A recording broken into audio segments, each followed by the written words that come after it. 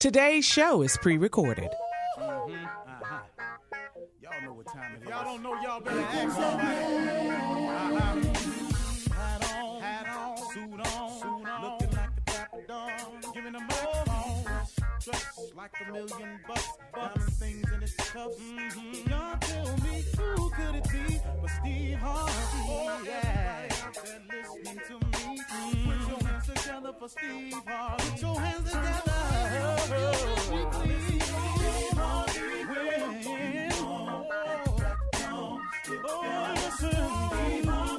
Why don't you join in? Yeah. Steve Harvey, get them on, y'all. Better give me some eggs while I listen. Steve Harvey, yeah, join in with me. If you're with me, help me say, turn your radio on. You gotta turn it on, yeah, turn it on. Steve Harvey in the morning, y'all. So y'all can hear me on. Turn it up. Steve Harvey in the morning, y'all. Yeah. Turn your radio on. You gotta turn your radio on. Turn your radio on. You gotta turn it on.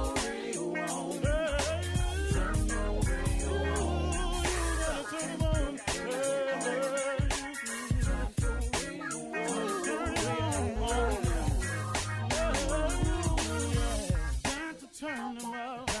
Steve Harvey got to turn them out. Got to turn them up. Steve Harvey turn them on to the morning, y'all.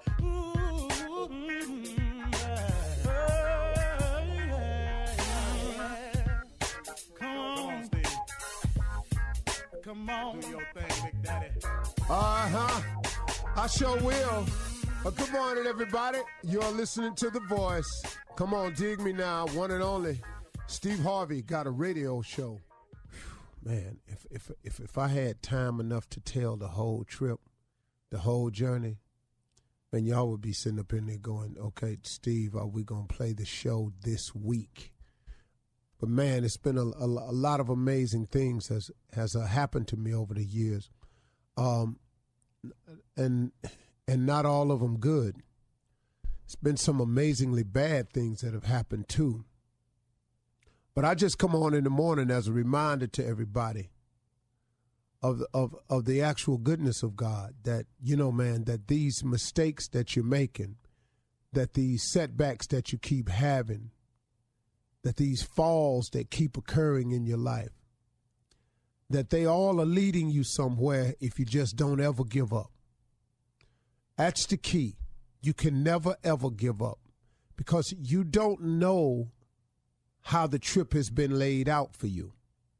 You know, if somebody had told me years ago when I had the dream of being on TV, and then I thought about being one of the best comedians I could be, you know, when I started, if somebody had told me everything that was going to happen in order for me to get there, I would have changed it. I would have said, okay, well, I ain't going to be that. How about this? See, and no one can know all of the events of their life ahead of time. You know, it'd be so nice, wouldn't it? You know, to prepare for it, see it coming, be aware of the haters, always knowing when the backstabbing moment is coming in your life, always knowing when you're going to get blindsided by the enemy. It would be really great to know that, wouldn't it? Well, that's not how it works. So, since no one knows exactly the challenges and the pitfalls and the detours that's going to beset them, it's imperative that you just don't give up. Because, see, knowing these things, we as human beings, by nature, would choose another route. But it ain't the route God got for you, though. See, the route God got for you, if you trying to do the right thing, if you doing the best you can, if you ain't out here just intentionally just messing over folks, if you using faith, and that's the belief in things that you cannot see, if you have something on the inside of you that keeps saying there's got to be more to life than that, then that's you. You, my friend, have a great chance here. And if you've ever had that feeling and gave up on it, just get it back. Just ask for it back. Just say, hey, man, I'm getting back to the way I used to be. Because there's a change that's available in your life, but you got to take it. You got to take a shot at it, folks. There's a chance for you to get it right, but you got to take a shot at it, folks. There's a chance for you to turn this whole thing around with God's help, but you got to take a shot at it. You. See, this decision is yours. The decision to lay down and give up, that's yours. It ain't it just got too hard for me, life too much. Man, life hard and too much for everybody. What I got to get you to see, my father used to always tell me, he said, son, best lessons in life, the one you'll value and learn the most is a bought lesson. I didn't quite understand that being young, but I sure got it now. Ain't no lesson like a bought lesson, the one you pay for. Those are the ones that hold to you, that stick to you, that start turning you into who you're going to be. Those are the character builders. See, you got to be forged to get to where you want to go in life. See, that's what the challenges and missteps is for. That's what the failing is about. Now, I know you don't like it. I didn't. I know you're not comfortable with it. I wouldn't. I know you wish it was over sooner than later. I always do. I always want it to be over sooner than later, because the later, man, it just seems like it's so much I got to go through. But let me tell you something, man. If you can forge your way through it and understand that you are forged in life. I don't know. I was on TBN one time when I was doing one of my motivational speeches, and I began to wonder about this experience I had at Ford Motor Company. And my last job after the auto industry started going down, my last job was in the foundry. And my job was to stand at the end almost where the engines first come out of the furnace. See, the engines are poured into a mold. It's hot, melted down metal, whatever they call it, lava, whatever. They pour it into a mold, and it goes into this furnace that's extremely hot. And my job was, after the heat was applied to the engine block, it would come through, and it would go through a hardening stage. But the way it was hardening, they would cool it suddenly. They would flush it with water. It would just blast water on it. But the fire and the high temperature is what made the engine block solidify. It's because it's got to get real hot, get melted down first. Then it's got to get poured into a mold. Then it's got to be pressure hit with water and all of this. And then it's real hot now. It's still hot, even though there's water been shot up. But when it comes out the end of the side, there's a lot of flashing in it. And flashing is metal from that to drip through the cast molding on it, just like flecks of extra pieces of metal. My job was to hit this engine block in the front with this huge, heavy rubber mallet, knock all the flashing off the front, and when it came around back, to bam, hit it real hard again on the backside. And that became the core of what the car is. A car without a great engine is nothing. It's just a pretty looking vehicle over there.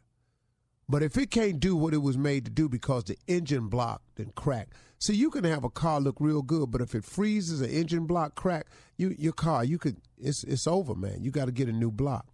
The block is the core. But in order for the car to do what it's got to do, it's got to have a strong engine in it. In order for the engine to be strong, it's got to be forged in steel, come through fire, get poured in a mold, cooled off, heated, knocked around, beat on the front end, beat on the back end in order for it to be what it's going to be. The moral of the story, folks, is you got to get forged in fire to be what you're going to be. You got to get beat up. You got to get pressure washed. You got to have heat on you. You got to get melted down. You got to get poured into a mold. That's how you become who you are. So the tough things that you're going through, the difficult challenges and the setbacks. I know a brother who went to prison, man, and the whole reason he ended up going to prison because he was looking out the window, looking out in the yard at him working out.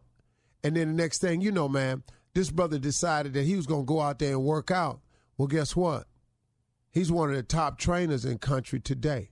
You're listening to the Steve Harvey Morning Show. Ladies and gentlemen, let it be known to you that it's going down right now. This is the Steve Harvey Morning Show. Who am I? Him. Who are you? That's important now. You should be able to answer that question. You should know who you are and whose you are. I am a child of the Most High. Be careful how you handle me, because I'm never alone. Oh, it's been many attempts. I've survived them all. That God holds me in his ever-loving arms and keeps me safe. Not trouble-free, but strong enough to handle whatever besets me. That's my mission today. That's my statement. Make it yours and have a great day. Know who you are and whose you are. You better know it, Shirley Strawberry. Amen, Steve Harvey. Good morning. Let's go. Carla for real. Amen. That's right, Steve. Child of God. Yes, sir. Amen. Well, we all in love. Ain't nobody here but Junior. Whenever you need me, Uncle, I'm here. That's it, Steve. So you saying you'll never need me? Well, you know, I tried. If I need you, you there. I know that. Hey, Yeah, out of all I'm the going to people try you not hire, to need you. Huh? Uncle, out of all the people you hire, I'm here. Out of all of them. My man. Oh, you mean the dudes, Hey, obviously. hey, Shirley, you know who it is. I'm here. Yeah. The other two is missing. Sip, pop, ting. I wasn't trying to throw no hate, but it. No, well, that's what the hell it was, though. And even if it wasn't, I'd make it into that. Because that's what Because I you do stuff like that. Yeah. I don't You, really. you like mess. That's what Hey, people you say know what when I they mean? don't want to throw shade. No shade, but then you throw the shade. I don't know if anybody told you. I ain't want to say nothing. Yeah. But every time you say Junior, he here. Not Every time. Every time. Okay, so how you feeling, Steve? Let's hear Well, about it. I'm What's good. happening? Still in Africa. Yeah. Working really hard. Falling more and more in love with this place, man. I really, really am. I seriously, I want everybody. Please put this on your bucket list. Please. Okay. Please. Every African American, please. Am I hearing something like Stevie Wonderish, a tone like that? You know, because he announced that he's moving to Africa. I'm just saying, do I hear anything like that I could coming? see myself saying, Uh-huh. I really could. Same thing. Because you love it over I there, could see- Steve, huh? It's just I've never experienced this before. You know, it's not problem free, but where it is. Right. Yeah. Right. But I tell you what, the way I feel when I'm driving around and walking around, it's a little bit different. It's a little bit different. You know, don't get me wrong, man. I love my home, Yeah. but I have fallen in love with my home. I love man. your house. I know Okay. that's All right. right. Okay. Because that's what I'm hearing. All right, Steve, coming up at 32 minutes after the hour, we'll do a little bit of Ask the CLO, Chief Love Officer, right after this. You're listening to the Steve Harvey Morning Show. Time now for Ask the CLO. Steve, let's go. This one is from Tamika in New Orleans. Tamika says, I'm turning 50 soon, and I wanted to go to a nude beach in Mexico with my husband. He isn't ready to fly out of the country yet, so he suggested getting an Airbnb with a pool so we can go skinny dipping with some of my girlfriends. He went so far, Steve, as to name the friends that I should invite. I instantly got jealous and started an argument. He swore he was only joking because he thinks the nude beach idea is silly. Was he joking? Yeah. But if you'd have said yeah, though, he probably would have went. Uh-huh. Keep going. Yeah. He was For real, joking. baby? Oh, girl, anybody trying to do that. But if you'd have that's how said he played it yeah, off. Uh-huh. yeah, he'd have been in there with just a little bitty pair of drawers on. Some speed. He gonna take you up on it. Yeah, getting ready. But which girlfriends, though, Steve? Oh, the ones he been looking at. Oh, he named them. Oh, you better believe they got some things he been wanting to see. In New Orleans, too. Yeah. He worried about COVID, but he want to see. Right, her girlfriend's nude. Now, I'm going to tell you something, because I've been to a nude beach before. Oh, you have? All right. Really? Yeah. What? It was either, was it Aguila or no? What's that over there where Sinbad threw his Aruba. Oh, yeah, Aruba. One of those has a beach where it's clothing and it's naked. I'm going to tell you something. Clothing optional. Ain't nobody on the naked side you want to see naked. Get your mind to stop thinking a bunch of fine people. Fine people really don't just take their damn clothes off. Yeah. They really don't. Because they know all eyes is on them. But everybody I saw needed to put their damn swimming suit on. Immediately. Everybody? I ain't seen nobody on that naked side of the beach that should have been naked. That's funny, Steve. All right, we're moving on. Kimlin in Arlington, Virginia says, my father filed for divorce out of the blue after being married to my mother for 28 years. He confided in me that he only married my mom because she was pregnant, and now he wants to be with a woman he truly loves. He said he's had a girlfriend for 22 years, and my mom doesn't know. My poor mother is devastated by the divorce, and she's blaming herself. Do I tell her why my dad's divorcing her so she won't hear it elsewhere? No, you shouldn't. Why would your father tell you that he's had a girlfriend for 22 years? And the stupidity. That's the stupidity. Yeah. But he thought maybe if I tell my daughter so she'll understand where I'm coming from. Dog, ain't nobody finna understand nothing. I don't think it was right of him to share that with you, and I really don't think you should tell. You've already said your mother's devastated. Now, do you understand the equal devastation it'll be if she knows your father came and told you? Yeah. And not her? Oh.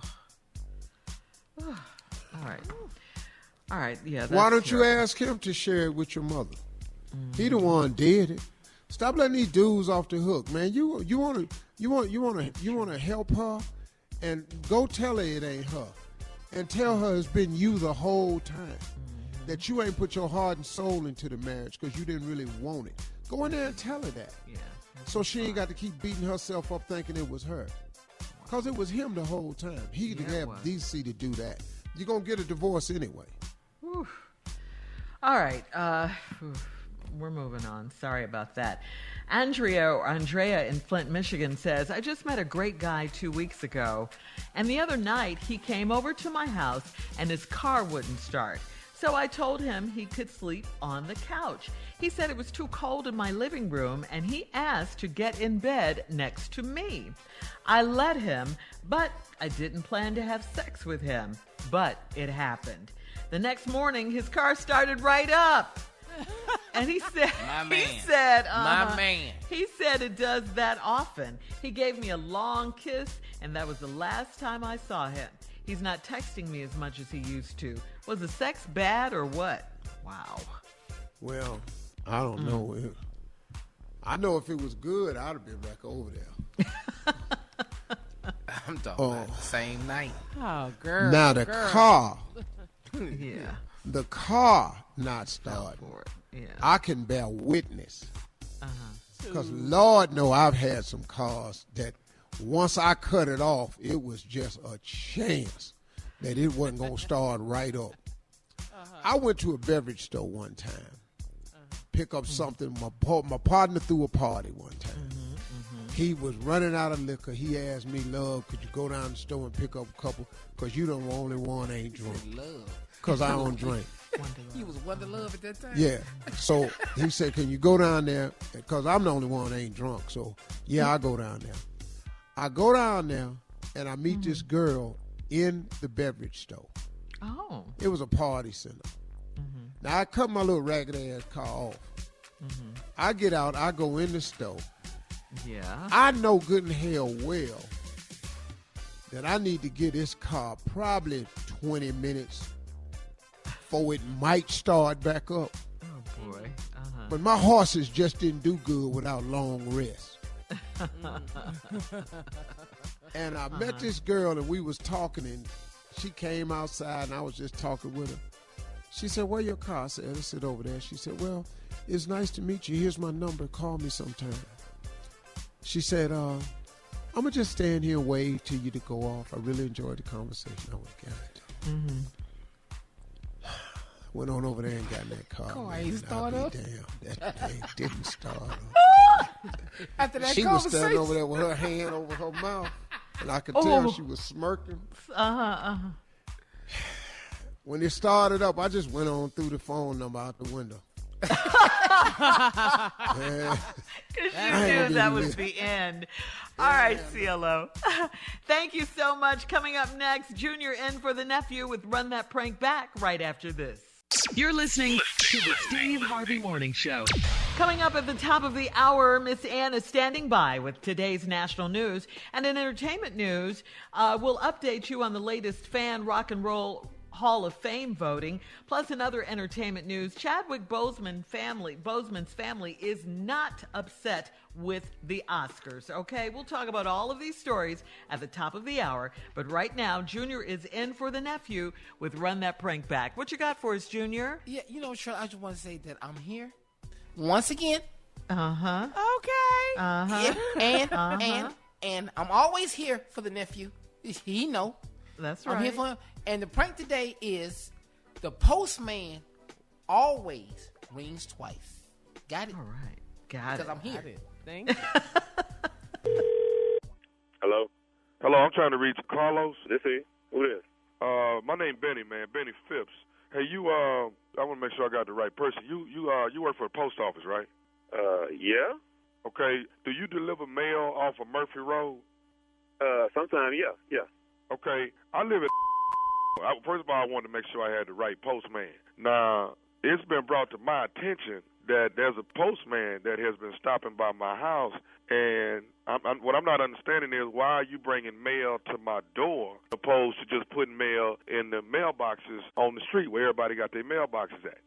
What do you say? Say it again? I live at Murphy Road. Murphy Road. Yeah, I deliver over there. But you say delivering packages at your house? No, I said you've been bringing mail to my house and opposed. Here's what I'm trying to tell you, Carlos. My wife is at home all day. She don't work. Mm-hmm. And my understanding is you've been stopping by there on more than one occasion on a daily basis. You coming by there 2-3 times, but what I'm understanding is ain't no mail being brought over there. I'm trying to figure out what are you doing at my house. Now, what really done brought all this to a head, because you already know what's going on. Let me go on and let you know that, Carlos. I do know what's going on. I picked up the clothes from the cleaners this morning, and to my attention, it's a man's post office shirt in my package. What color was it? It's blue, light blue. I got a blue one. Okay, but explain this to me. How your shirt get in my house? Do it have my name on it? Because that could be anybody's shirt. Okay, so hold on. What you trying to say? Is more postmen stopping by my house? Yeah, man. Sometimes, we do have different guys in that neighborhood, because I really Here's my problem, man. My problem is this: is that my wife is at home all day, every day, and my understanding is that you stopping by there bringing more than just mail. First of all, dog. You can call the 1-800 number because how did you get my number, dude? Hey, don't worry about that. I find ways. How you get my address that you stopping by there every morning? Huh? I just deliver what they give me to deliver, and dude, I put the mail in a box, and this is a package I don't get out. Excuse me? I don't, dude. That wasn't me, dude. I go to the cleaners this morning and pick up clothes, and it is a post office shirt in there that evidently belonged to a man. That's got to be. It must be yours. That's none of mine, man. That's not mine. I have all mine over here. Okay. I'll tell you what. This is what we're gonna do, Carlos. Because Carlos, see what? Let me tell you something. I know you're lying. See, and what you're doing is you're delivering more than mail at my house, and I know it, Carlos. You understand me? So listen. That's not me, dude. Excuse me? That's not me. It can't be me. Hey, let me tell you something. When you come on Murphy Road tomorrow, okay, I'm gonna be out there at the mailboxes waiting on you. For what? For what? Because me and you going to handle this problem that we got tomorrow morning when you bring the mail. So when you bring the mail, bring your too. Okay, Carlos? Hey, hold up. You threatening me? I'm telling you, when you bring the mail, bring your too. Dude, I didn't come at you like that. You ain't got to come at me like that. Dude. Hey, man, you came up in my house, and I know you was in my house. I told you that wasn't me, man. Post office shirt in my house. Dude, that was not me. I don't know where you live. I don't know who the you are, but you threatening me, dude. Hey, man, I'll see you in the morning at the mailbox. Bring your Carlos. I'm off tomorrow, but I will come to your house with plain clothes on and whoop your What you say? You want to with me? Hey, It's on. Where you Murphy Road. I will be there. Murphy Road. Bring your because what you're not going to keep doing is running up in my house while I'm out at work trying to earn a living for my family, and you up in my house laying up, and you're leaving your clothes. I found some mace in there. I guess that's what you use when you spray on them dogs. I found that, too. I'm going to bring some extra mace. I'm going to spray your with that mace. I'm going to knock your out. So you ain't, I tell you, in the morning at the mailbox, Carlos. I can't wait till tomorrow. Excuse me? It's a I told you. I wasn't the one, but if you want to with me, wrong. For real. Okay, cool. I don't give a Will I see you tomorrow then? Will I see you tomorrow? It's on. It's whatever. Okay, you threatening me and all that. But I tell you what, I will come over there in some plain clothes and whoop your because you're not going to make me lose my job, dog. Okay. That's my job. But whatever it's got to be. I don't care if you're in the post office uniform. I don't give a damn if you're in your pajamas, Carlos. But when you come to that mailbox and I find you out there by the mailboxes, that's your man, because I know you've been in my house, Carlos. I'm telling you, I'm there. Okay, so be it then. So be it. I got one more thing else I want to tell you before you get there. Tell me what? You already called me. Well, is you listening to me? Yeah.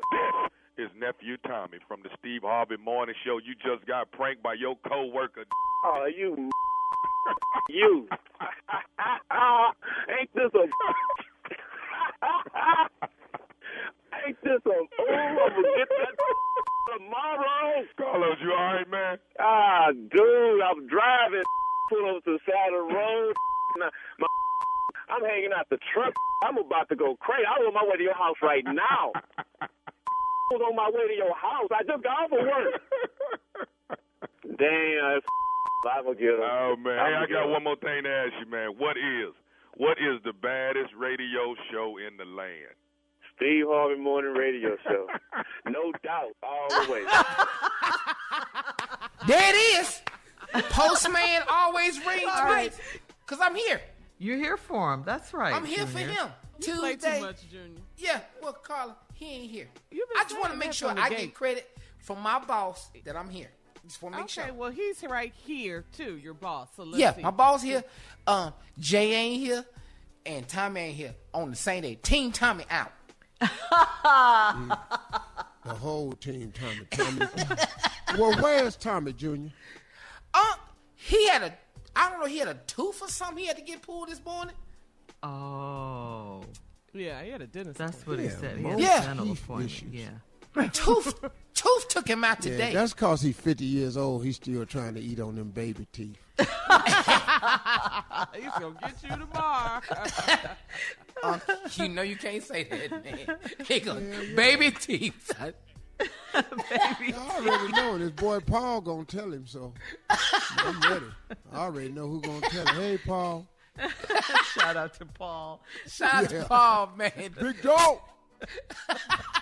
He gonna know about it anyway. Oh, yeah. Damn, man. They always talking about you when you gone. All right, that's Junior. What we do, Paul. Thank you for being in for Junior. Coming up at the top of the hour, we'll have some entertainment and national news right after this. You're listening to the Steve Harvey Morning Show. Well, Chadwick Boseman's family has a message for those saying that Chadwick got snubbed at the Oscars. He was not snubbed.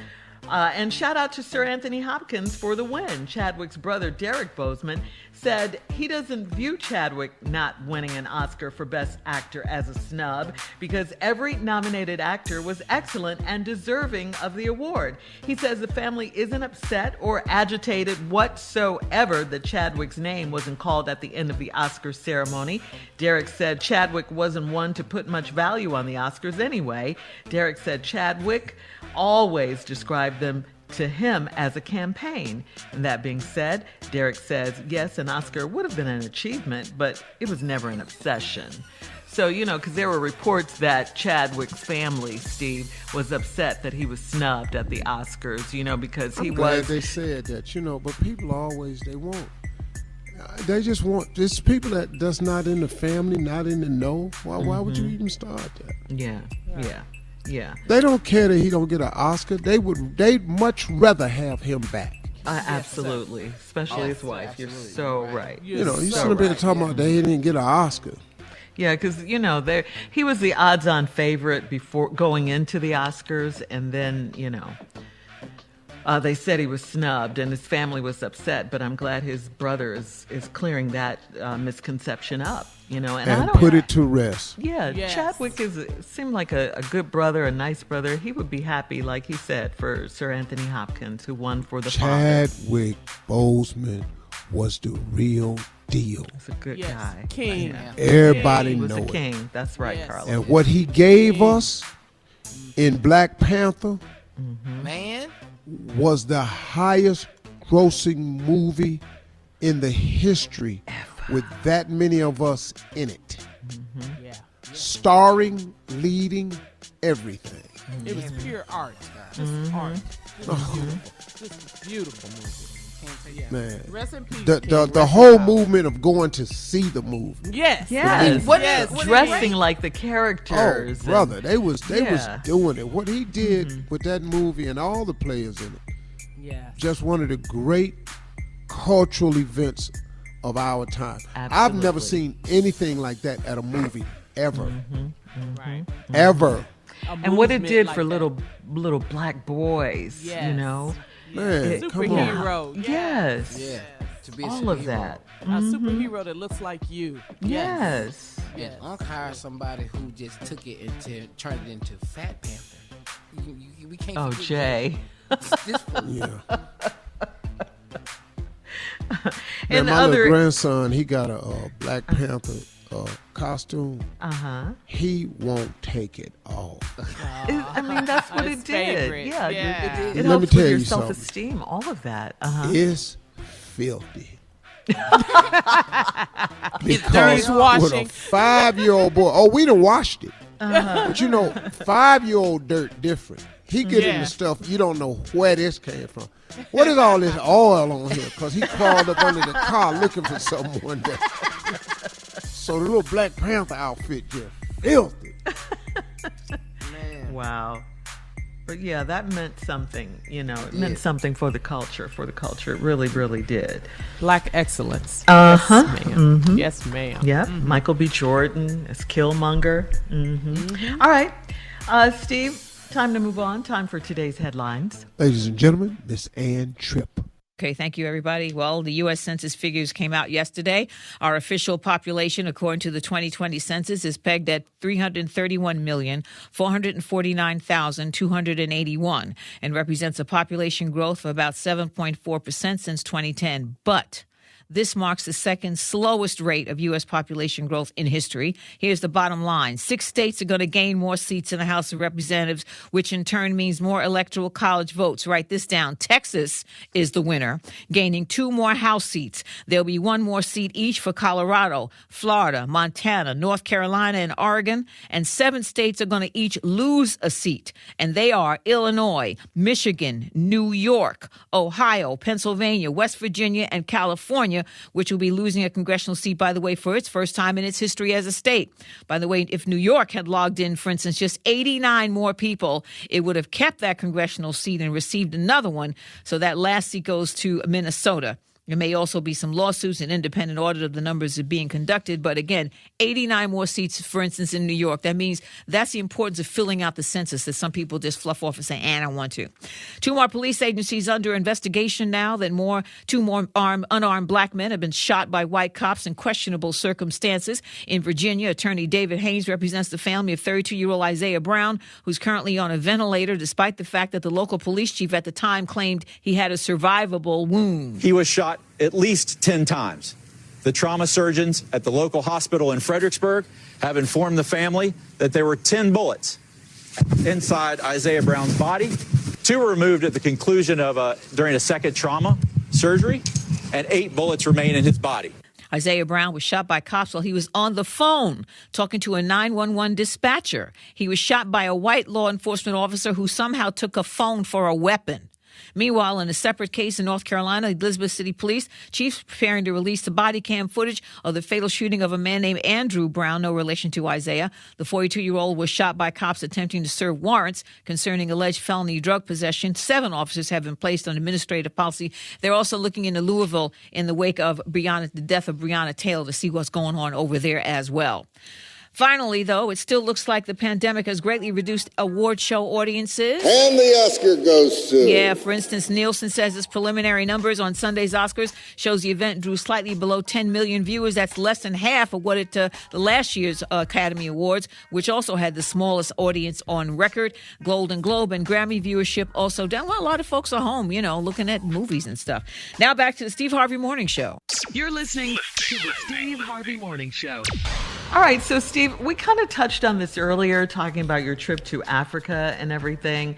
So let's get back into it, if you want to. Just talk about Africa and the beauty of it all. And you said you want all of us, and meaning everyone within the sound of your voice, to take a trip to the motherland. Well, especially African Americans. Mm-hmm. Yeah, for sure. I think it's important to go and see where we're from. I just think it's critically important. And I was talking to the audience today, and we had an interesting conversation talking about, Steve, man, why you want to come over here? You mean the We television all show audience, the Family Feud audience? Yeah, at Family Feud. They said, Steve, why you want to come over here? We trying to get over there. I said, careful. Going over there, it ain't everything you think it is now. I said, slow down. I said, and here's an advantage you have over here. Do you know that every African that I talk to, they know their grandfather. They know where their grandfather lived. Right. They know something about their great-grandfather and their great-great-grandfather. They know something about it.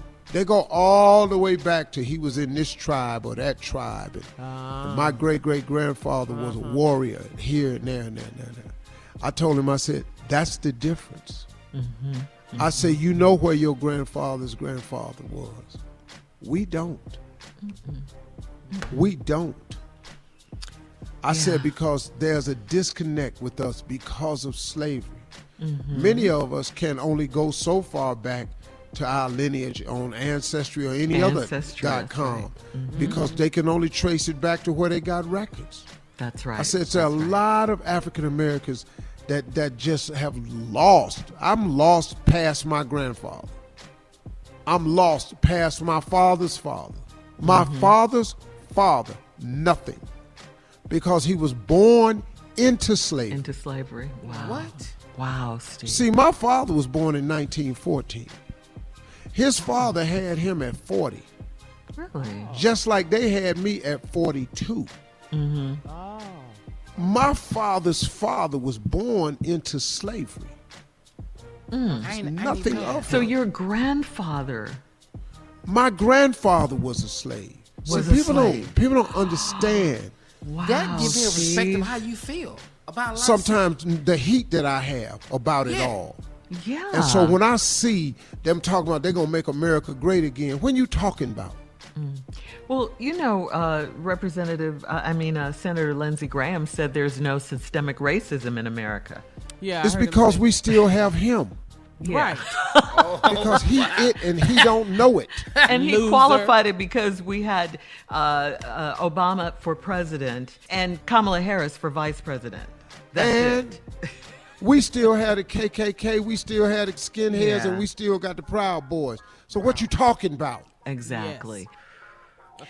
All right, coming up at 34 minutes after the hour, we'll have more of the Steve Harvey Morning Show right after this. You're listening to the Steve Harvey Morning Show.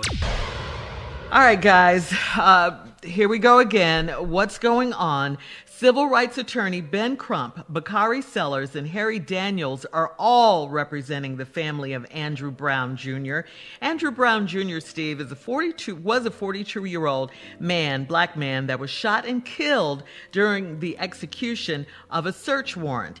Andrew Brown Jr. was fatally shot by cops in Elizabeth City, North Carolina, where witnesses say he was driving away when deputies opened fire on him. Now, after the shooting, 7 deputies were placed on administrative leave and 3 resigned. According to the death certificate, Andrew Brown Jr. died from a gunshot wound to the head.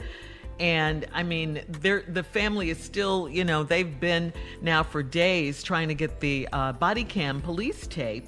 And, finally they got it, but they only showed them a snippet of it. Yeah, they like showed 20 it to them seconds. yesterday. Mm-hmm. Yeah, 20 seconds of that.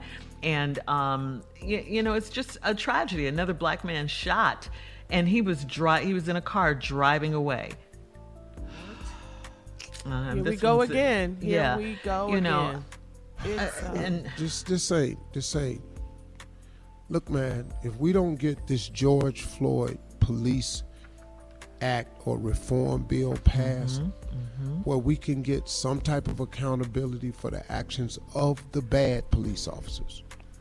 There are a lot of great police officers, men and women out there that's trying to do the right thing. But what we keep finding over and over, it's a whole lot of bad officers out there. Yeah, they're in the system, hence systemic. That's where you know what I'm saying? Come on now. Yes. The family is calling this an execution. Execution, Steve. But listen to this. The bad apples that are in the police department, they stay bad. See, police get mad when they go into these hoods and they can't solve crimes because everybody in the hood got a no snitch policy. Right. Well, the police have the same thing. That blue code of honor that they live under, they see their fellow officer doing something wrong, and they do the cover-up. 7 policemen on the crime on the scene, and ain't nobody got a body cam on. Right. I ain't seen nothing. And that's they only the rule released now. one body cam. That's the one to show the part they can show. Right, 20 seconds. And it took them a long time. And in that part of the country in North Carolina, they have to they don't have to just release it to the public. You have to have a court order to do that. And it took them forever to get that. And that's why we have to as well vote for stuff like that, laws like that, slick stuff that they're doing. You need to find out what's going on, who's putting these laws in place. And it's just a constant fight. For us. And it's like change needs to happen with policing. Change immediately. What's scary for me though, Carla, to be truthful, I'm 42. You think about that. I'm 42. Okay. So what are you saying? I'm saying his life is over at 42. I'm 42. Oh, Mr. Brown's life. Yeah. Yes. That could be me. Yeah.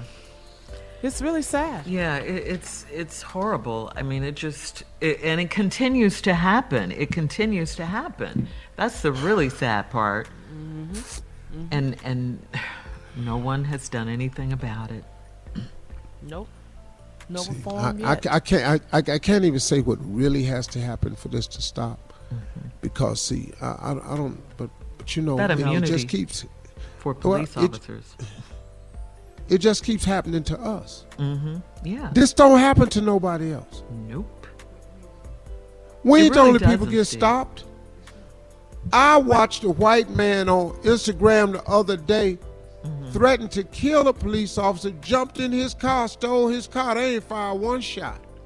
I saw it on Instagram the other day. Listen, it's a sickening thing what continues to happen. But it's just us. It's just us. But it's not going to change until it happens to. It's the only way it's going to change. Coming up next, we're going to switch gears here. Junior is here with the nephew's prank phone call right after this. You're listening to the Steve Harvey Morning Show. Coming up at the top of the hour, right about 4 minutes after, it's my strawberry letter for today. The subject, he came home with bed bugs. Ew. But right now, Junior is in for the nephew with today's prank phone call. This is no longer your home. Yes. We'll get into that in a minute, the strawberry letter. What you got for us today, Junior, in for the nephew? The nephew's not here, but I'm here. Just want to make sure I get credit. I'm here. Trailer number 18, Shirley. That's what we got. What? Trailer number 18. Whoa. That's what the nephew left us. Let's hear it. Hello? Hello, Miss Linda? Yes, This is Juan, my cousin Amy, over in number 18. Yes. Okay, we're not gonna be able to pay the rent on Friday. Well, when will you be able to pay it? Is it okay if maybe you let us go for the rest of the year with no rent? Are you kidding? Well, you got the whole pandemic thing, so a lot of us not working. I know, but that's just it. That's the only source of income that I have. So if you go and don't pay rent, then I have no source of income. My water bill was over $2,000 this month. How could you even call me and ask me a question like that? The pandemic thing is going on, so a lot of us not working here. Tell me about it, because that's my source of income.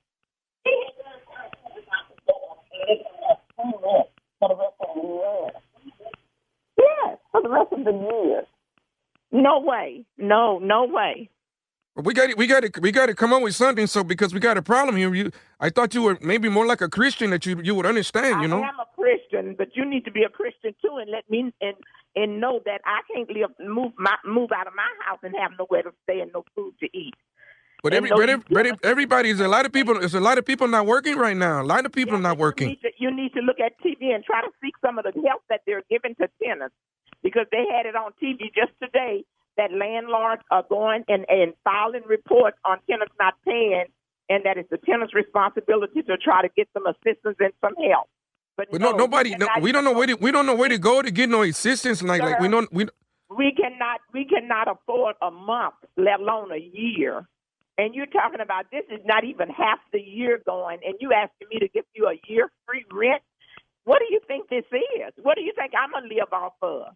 But right now we're not working. We're not working right now, though. Nobody's working. Well, we're not working either, because the park is our work. That's my only source of income. I gave everybody a year. They would shut my park down. There'd be no lights, no water, no nothing over there. And I'm not asking for everybody else. Just your number 18. That's all. No, but everybody else could have the right to ask if you ask it, and you paying the least amount of rent because you just renting a lot. The other people are paying triple what you're paying. So no, I cannot. Okay, we getting supposed to get the stimulus, the stimulus check. We're supposed to get it, but we need to do other things. We got to get some food, and the TV is out too. And kind of sounds like you also got to get some place to stay. It kind of sounds like you not only have to get that, but you have to find you some place to stay also. Because we're not going to leave, and we got nowhere else to go. Okay, well, you have to leave if you get evicted. You will have to. We're not going to leave. If we got to get a lawyer, then we get a lawyer. Well, get you a lawyer. Help yourself. Get you a lawyer. You can get whatever you want, but that lets me know right now. That lets me know to make a trip to the courts and start on the eviction. That's what that lets me know. But the answer is no. So the conversation is ended. But we're not working right now. I'm not working either. Well, even when they look at the TV, the president he knows nobody's working right now. Tell me about it. I'm not working either. My husband's not working either. None of us are working. I'm not working either. Miss Linda, I don't. If someone come here to 18 and try to put us out, then we got to kick somebody's ass. You got to do what? We're going to kick somebody's ass. Somebody come and try to put us out, and we got nowhere else to go. Well, you'll be kicking the police's ass because that's who will be handling it. We don't do anything illegal. We go through the court system, and we don't put anybody out the court to do it. I'll let them know what you're saying. I'll let them know. Where do you live? Where do you live? What difference does that make to you? I think it better if I come and I talk to you face to face, and maybe we may defeat. No way. No, I don't need to talk to anybody face to face. Your husband then? And then you're not even on the contract for staying there. You're telling me your cousin. I don't even know where you come from. I don't even know who you are. I have no clue who you even are. She said we got to be out of here. They're going to do some type of eviction. What? I tell her we're not working right now. When we get back to working, I'm not working either, sir. I am not working either. Okay, this conversation is ended. You have a good day. Bye. Hello? No. Who the hell you think you hanging up on? Hello. Can I speak back to her one more time, sir? Okay, just slow.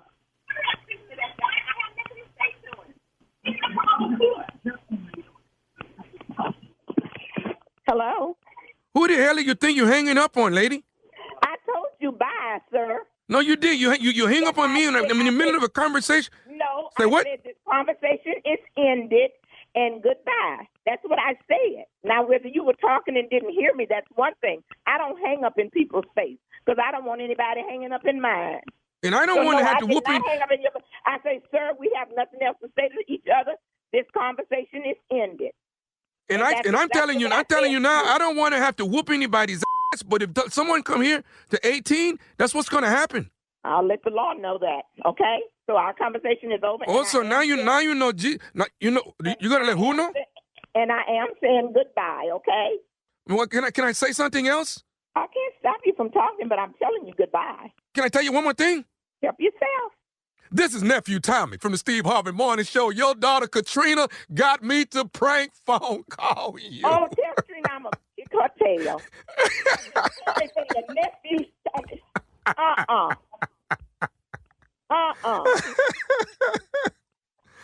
Mama Linda, how you doing?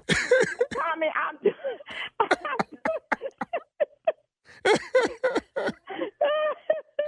Tommy, I'm doing good. I'm going to beat Katrina up. And I listen to this stuff all the time. And you know what you got to do for me, Mama Linda. It's 2020. You got to tell everybody that's listening what is the baddest, and I mean the baddest radio show in the land. The Steve Harvey Morning Show. Oh, that was not nice. Come on, he got her good, though. He got her good. Give it to me. You already know, nephew. Yeah. Well, what about the man that answered the phone? Yeah. Yeah. The second time. Hello, here she goes. Yeah, sure. No, hold on. Why couldn't he handle it? I was mad at him. Talking crazy to my wife. Yeah. Who is this? Hey, can I talk to the lady again? Yeah, hold on one second. What did he say, Steve? This ain't my phone. Yeah, hold on one second. I'll get it for you. I'm tired of talking to him. Yeah. That was crazy. Yeah, 1 minute. I know it would have been different had you answered the phone and they were talking to Marjorie crazy, Steve. Oh, what?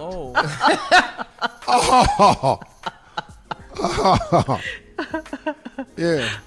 So let me ask you one thing. So is 18 right next to 17?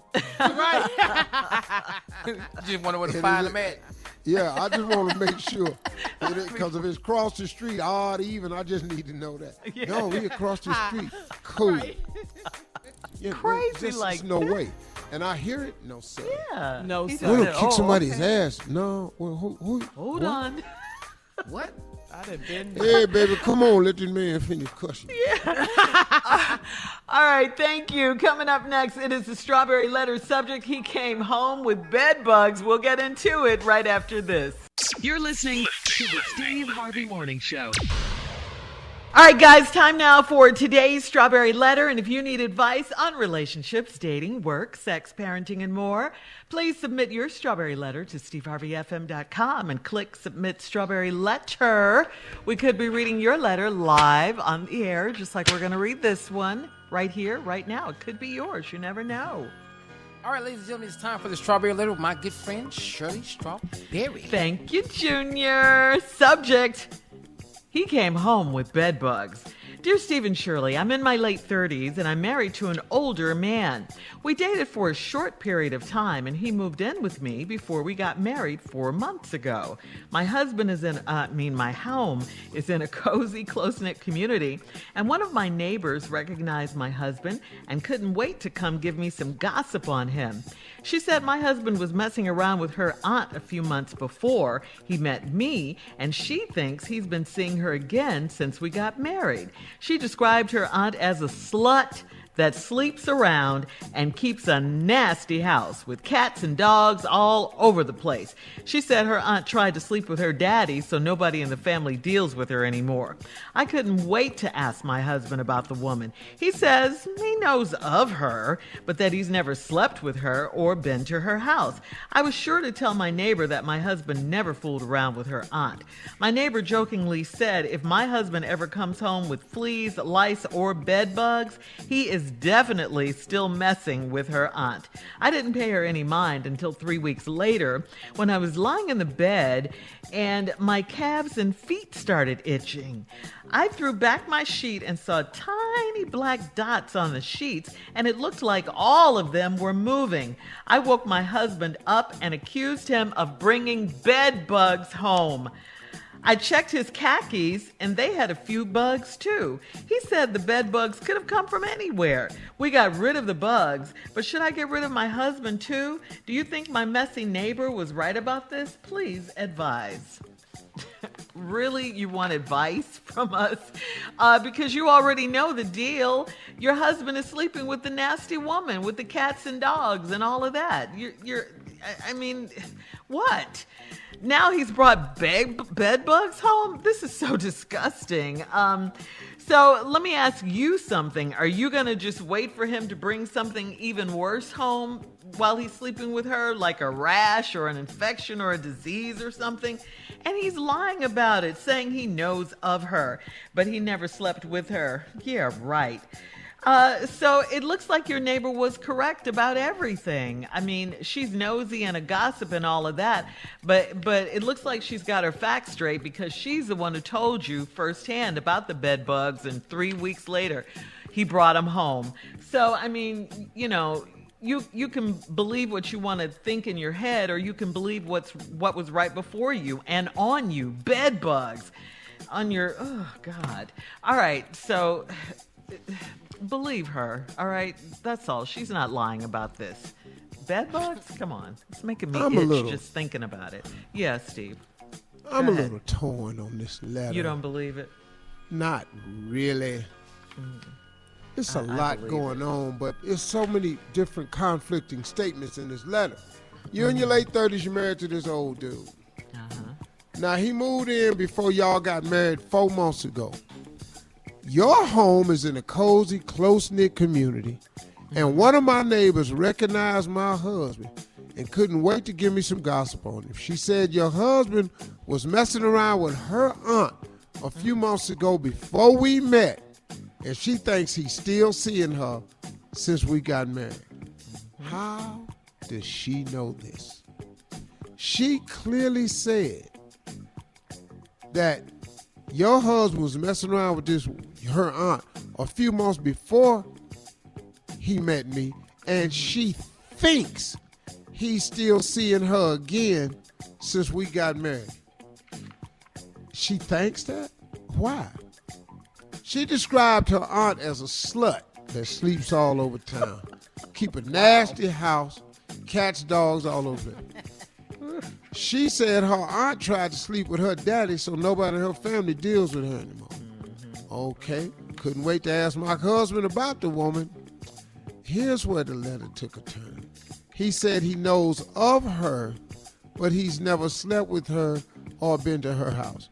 What's the chances of your husband knowing of this woman who just happens to be a slut, who your messy neighbor says she recognizes your husband? What's the chance of that? I mean, it don't make no sense. in this whole world we live in, it doesn't make any sense. So, right. What, Shirley? Well, why do you say it doesn't make sense, though? Explain that part. Why not? I'm trying to figure out, no, what I'm saying is, what doesn't make sense is how he says to you that he knows of this woman. Right. He says he knows of her, but he's never slept with her or been to her house. Of all the women in the world, how does your husband even know of this woman? See, your house is in a cozy, close-knit community. Mm-hmm. And one of your neighbors recognized my husband. Your husband don't live there. How did your husband, just out of everybody, and then when you accuse him of this woman, ask him, he says he knows of her. Damn, dog. You'd have been better off just saying, I don't even know who you're talking about. Yeah, he lied. But when you said you don't know, you know of her, that kind of opened the door, dog, for some doubt. Well, we ain't even got to that part. Yeah. Anyway. All right. Hold that thought, Steve, okay? We'll have part 2 of your response coming up at 23 minutes after the hour. Subject, he came home with bed bugs. We'll get back into it right after this. You're listening to the Steve Harvey Morning Show. Come on, Steve, let's recap today's Strawberry Letter subject. He came home with bed bugs. Ugh. Well, cannot. This woman has a messy friend. They live in a cozy neighborhood. Your man that you met who's older, before y'all got married 4 months ago, he moved in. One of your neighbors recognized him and said, your husband was messing around with her aunt a few months before he met you, and she thinks he's been seeing her again since we got married. Who is this woman, man? That just comes up. Gossiply nosy neighbor. But damn. And I think he's still seeing her. She said her aunt tried to sleep with her daddy, so nobody in her family deals with her anymore. What? That line right there.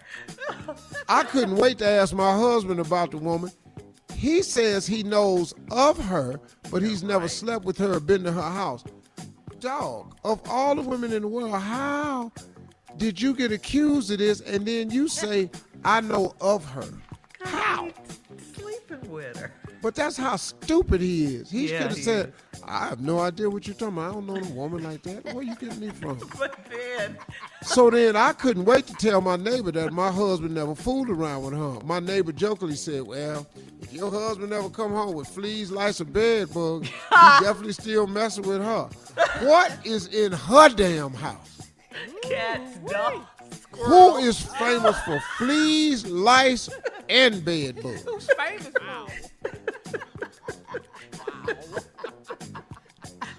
So I ain't pay any mind until 3 weeks later. I'm laying in bed. My calves and feet start itching. I threw back my sheets and saw tiny black dots on the sheet that looked like all of them was moving. Well, now, them is fleas. Them is fleas. Bed bugs, I've never seen one, but I heard they a little bit different. I checked his khakis, and they had a few bugs, too. He said the bed bugs could have come from anywhere. That's a true statement. We got rid of the bugs, but should I get rid of my husband, too? Do you think my messy neighbor was right about this? Please about it. See, now we got a little problem because your husband's stupid. I know of her. I know of her, but I ain't never been over her house. And he's lying. Bro, how do you know of a random woman that some random other woman accused you of being?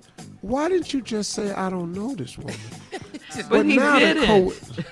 Because now, but what that got to do with what you're supposed to say? That's why you're mad, though. I'm mad about the bed bugs. It's what you're supposed to say. It's standard answers. Damn. It's standard answers. He hates a stupid man. He hates a man that doesn't know how to lie. Stand a dumbass man. I know. you going to turn yourself in with ignorant information.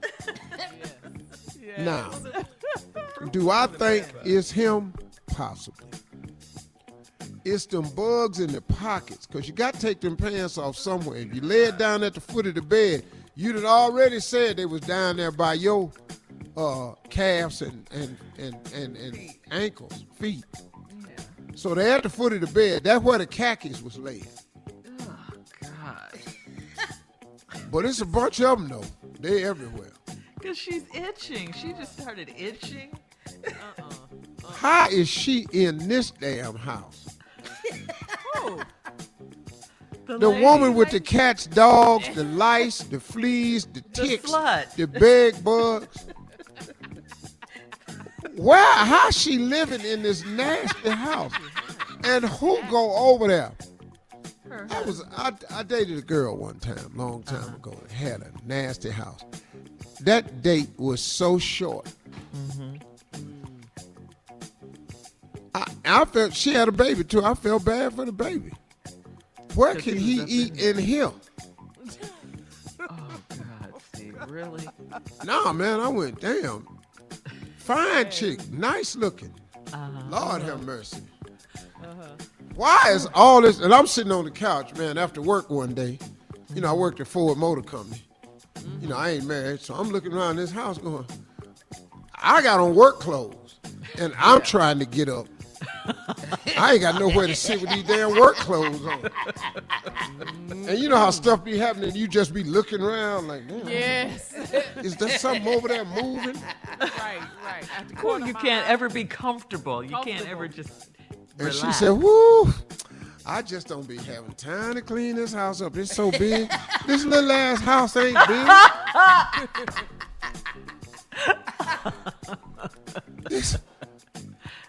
And that's the one thing I cannot stand. A woman who's not clean. A dude not being clean, okay. A woman not clean, that's scary. Because I'm already not the neatest guy. And nasty and like messy or junky are two entirely different things. Yeah. I can't deal with a junky woman either because, like I say, I'm not the neatest guy in the world. Yeah. I can't with the bed bugs. I'm done. I'm out. New bed, all right. new mattress. Listen, thanks, Steve. Post your comments on today's Strawberry Letter at Steve Harvey FM on Instagram and Facebook. Check out the Strawberry Letter podcast on demand. Coming up at 46 minutes after, Junior and Sports Talk right after this. You're listening to the Steve Harvey Morning Show. All right, guys, here we go. Junior is here with Sports Talk. What you got, Junior? Shirley, come on now. We ain't got but 10 games left in the NBA all season long, but the talk has been about who's going to be the MVP. Who is the MVP of this season? Right now, I would like to say it's going to be Steph Curry. Not Joel Embiid. 7-6, I got it, but Steph Curry, because look at his last 10 games. This boy putting up points. 49, 47, 33, 42, 53, pretty impressive. 38, 32, 41, 37. Last 10 games. He averaging 40 a game. He should get it. Now, you know, when we talk about MVP, is it the team or is it the player? It's a combination because the MVP, you've got to become valuable to your team and assist them in wins. You're serious, Steve. Serious with it. Yeah, real serious. But that's true, his though. tone, I didn't he? That. But is it the record of your team? Well, if you ain't helping them win, score all the points you want. Now, I love Steph Curry. But if we ain't winning, how valuable is these damn points? That's what the MVP is. And that's his problem right now. He's on an inadequate team. But that boy is balling at a level that is out of control. But I can't see him giving it to him. But I don't know. I can't think of who's on the list, though. Joel Embiid, 76, yeah, he all right. You know. I like him a lot, though. I think Embiid is a bad boy. Don't get me wrong now. And I think Doc Rivers got him playing the best ball he's played. Best ball he's played since he's been in the league. Then he's talking about James Harden. James, he get hurt too much. But you know he what? Out. they also said, hey, LeBron James, but he out. He out too. It's only 10 games left in the regular season. That's it. Finna hit the playoffs. When they talking about LeBron coming back, Anthony still healthy. Anthony Davis made his debut last night, playing against the Mavericks. He had 4 points. He back in, but he back in though. He playing. How you want to look at it? I think did the Mavericks win? Case. Yes, they did. They need LeBron too. they need both. So I just think Steph got a case now. He averaging 40 over the last 10 games. I hope he get it because I like him. I like him too. He has a case. So we just gonna see how this is gonna go. We'll see everybody else is out. They hurt. Everybody hurt. Wow. Everybody hurt. Well, okay. There it is. Mm-hmm. All right, Junior. Thank you. We'll see who it is. Coming up at the top of the hour, we'll talk about money, Steve, where the money resides. Okay, right after this. You're listening to the Steve Harvey Morning Show. All right, listen, guys. If you gave someone a $500,000 lotto ticket as a gift, how much would you expect to get back as a thank you? Wait a minute, 500,000. $500,000. Okay, $500,000. You gave it away to someone. Of course, you didn't know it was a $500,000 lottery ticket. You just gave someone. Oh, you just gave them a lottery ticket as a gift. Yes. As a gift, yeah. So the question would be, how much would you expect back as a thank you? So let me set it up for you. This woman named Elizabeth Coker Nam of Marlboro, Maryland, received a scratch-off lottery ticket as a belated birthday present from her brother. She was really happy about that when the ticket won her a $500,000 jackpot.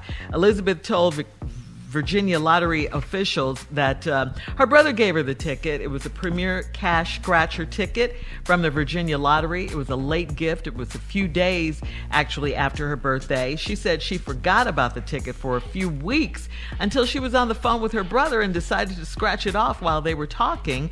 And that's when she found out it was worth $500,000. She said she's going to give her brother a birthday gift. What do you guys think she gave him? Probably half. If it's her brother and she a woman, because women cheat now when it comes to stuff like that. What did you say? Women are cheap? You said cheap? Siblings. Women siblings are cheap towards their brother.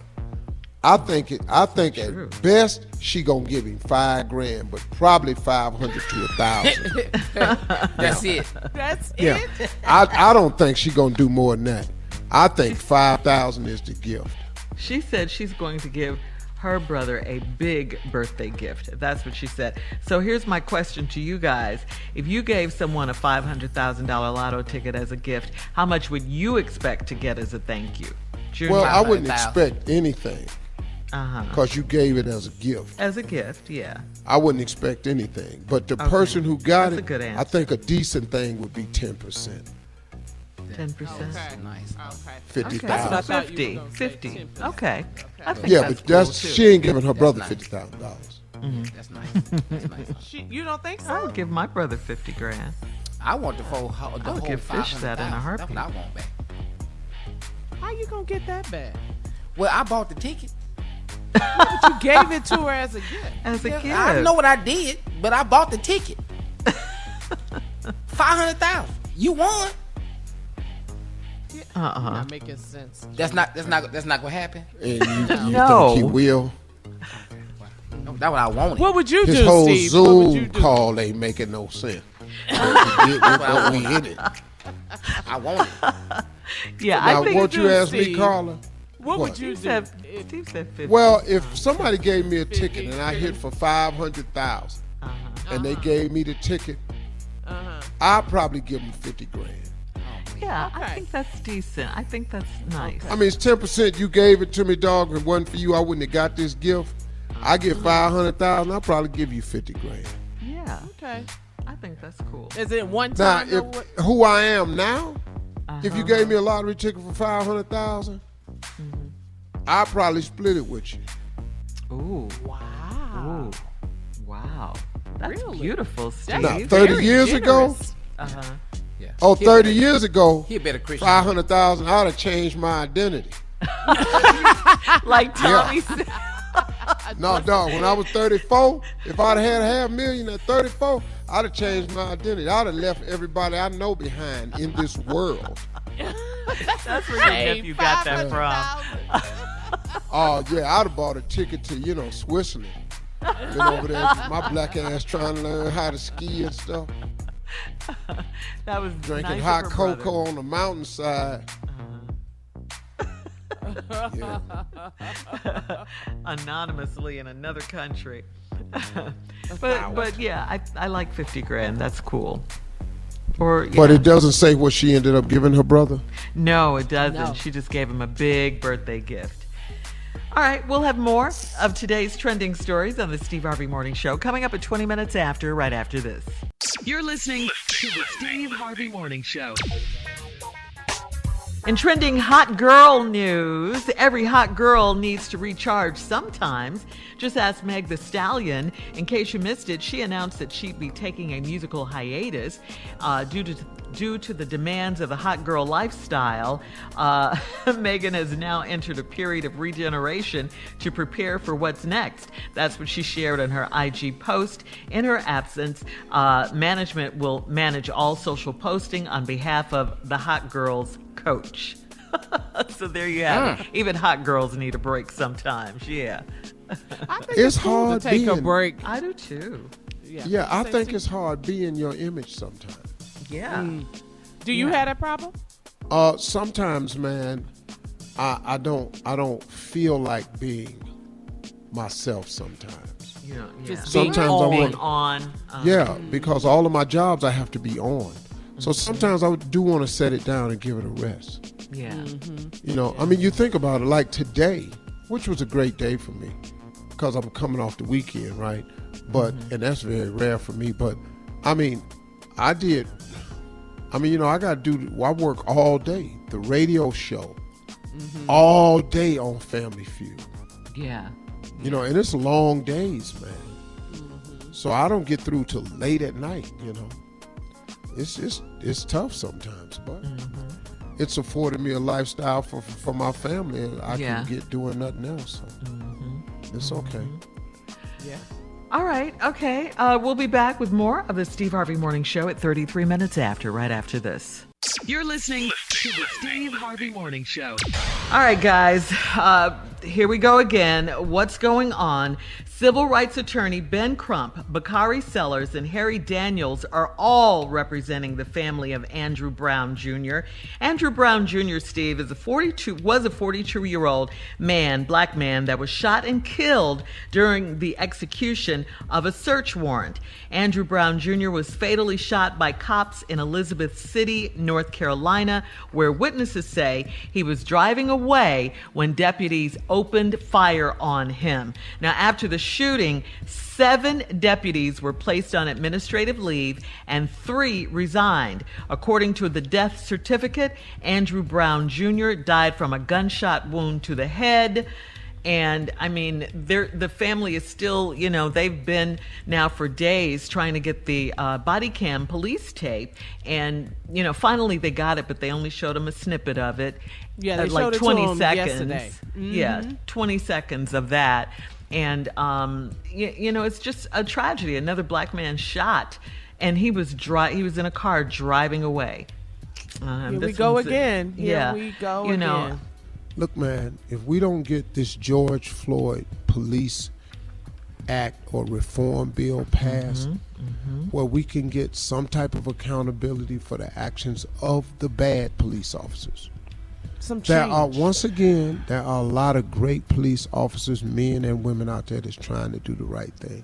But what we keep finding over and over, it's a whole lot of bad officers out there.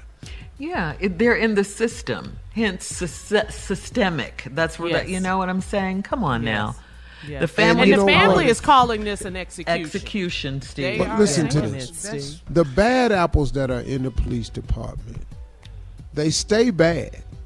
See, police get mad when they go into these hoods and they can't solve crimes because everybody in the hood got a no snitch policy. Right.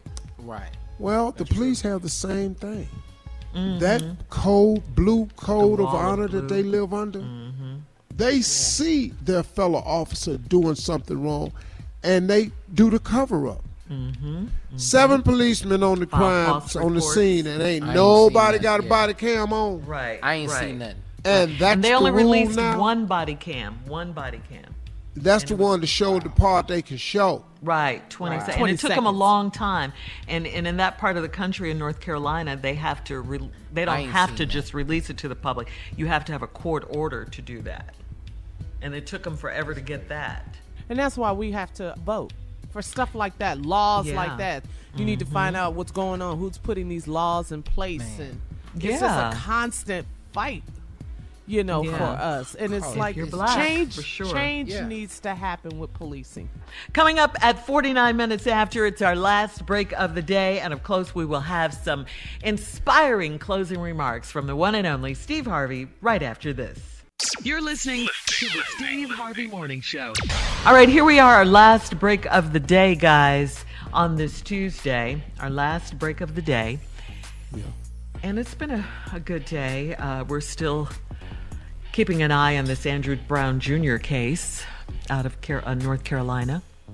This is horrible. Benjamin Crump all on the news again yesterday. Bakari Sellers.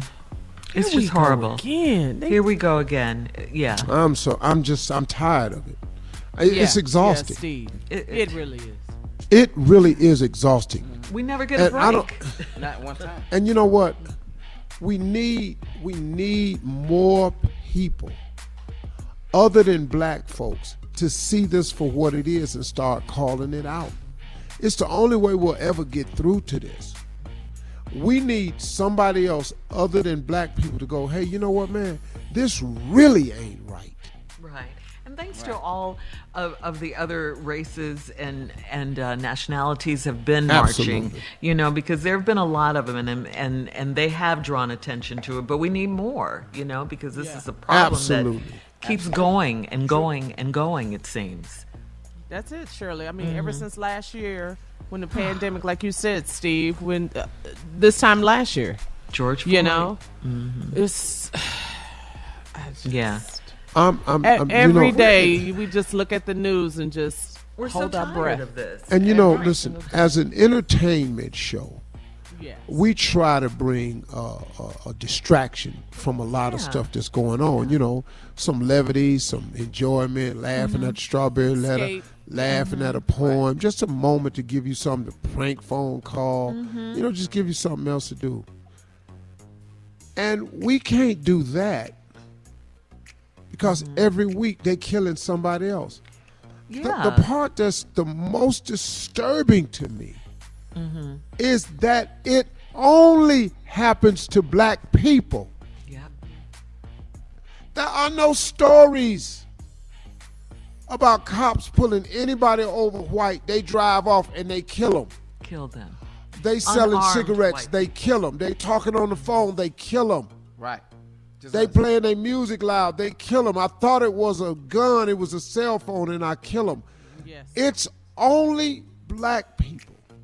See, and the outrage has to come from somebody else other than blacks.